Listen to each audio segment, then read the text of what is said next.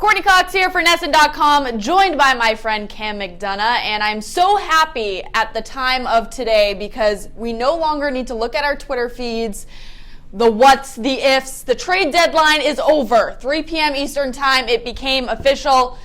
You can't trade anymore. So we got to break it down now a bit. Let's start with the bad news. What team did you think was a loser overall in the trade? You know, this was a team that was already probably not going anywhere to begin with, but I'm sort of confused at what the Philadelphia 76ers did here. There was all these rumors that they were going to trade Okafor, and that made sense because he had sort of fallen out of their rotation, but they end up getting rid of Nerlens Noel instead.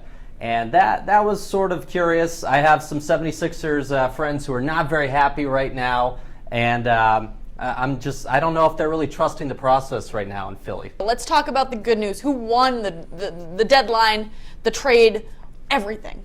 Yeah, I think there's a couple of obvious ones. I'd say the biggest obvious one is really the Pelicans. Mm-hmm. Obviously, when you get a player like DeMarcus Cousins, he was the biggest name dealt. In the East, I would go with the Toronto Raptors because they made a couple of moves with getting Ibaka and Tucker, and I think for them, that could potentially be the difference between where they are, because they've sort of been falling lately, and maybe getting back up to the 2 seed and compete with the Celtics and the Wizards to be the second best team in the East. All the talk was about the Celtics, and not just because we're here in Boston. Really everywhere, the talk was about the Celtics. Would they get a star in Jimmy Butler or Paul George? And they didn't.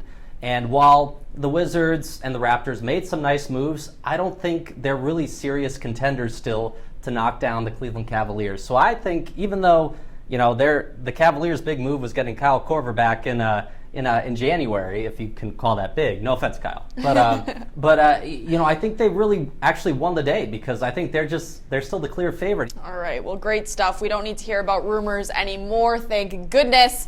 But if you want to follow along with Cam for everything NBA-wise, we've still got a lot of season left to play. You can follow along at Cam_McDonough, but make sure to keep it locked in right here at NESN.com for all your NBA needs.